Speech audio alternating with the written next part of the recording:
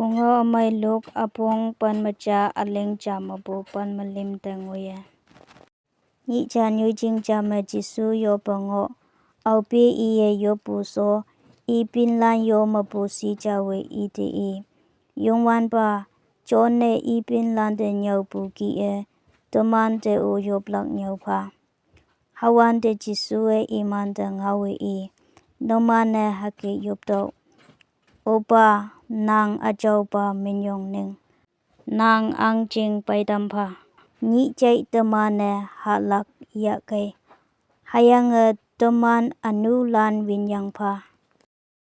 Hang jing ne au yene teman de ameng ling. Temane ameng winang. Hayang temane ye ok lak. Tok pu paine datam pa. Hayang Jesuwe I Pinlan de I bu jama. Naman yo ma atam pa o pa tang me. Sempa nok ja de dai. Hayang I de ilak. Sempa antui lim nguye sidam ku. Yinde kema ngopu asimba ja. Saa tinok nguye paitiki. Hapui ide palak jingne ama hangu yenang. Hayang taipu jama nang simpa noksa me ngoyang ade hangu datong kay. Takib yangki ahalano sidaye kumdiki. Hayang tawo sibuay. Hayang nangde. Dui pa ne daw yelaw oklak yang. Haki ima hangke ilak. Tawa naman de ipaning.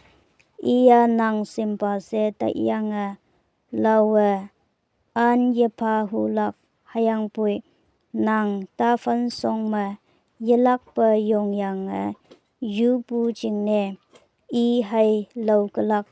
Hayang nang hangsin wongpong ne meng pagalak. Tau kay tawa naman de inang. Yu daw hayang namane tawlak. Yam daw hayang namane ngilak.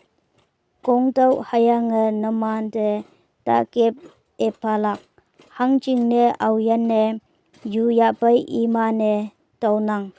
Hayang au yan ne yam nginang. Hayang awe kong lakay ide takip eplak. Naman yo me payong adame iha nya yu pu de. Bu palak ngonang ka Yejima iye aukek yu pu de. Tusi tu law palaka. Naman jaja sine. Yemay yapui. Naman hayim lande. Dui may palak sing kama Hama wangtang me ngopu apa ide yu balande. Yaha ajau hang sin nyaye palaksi.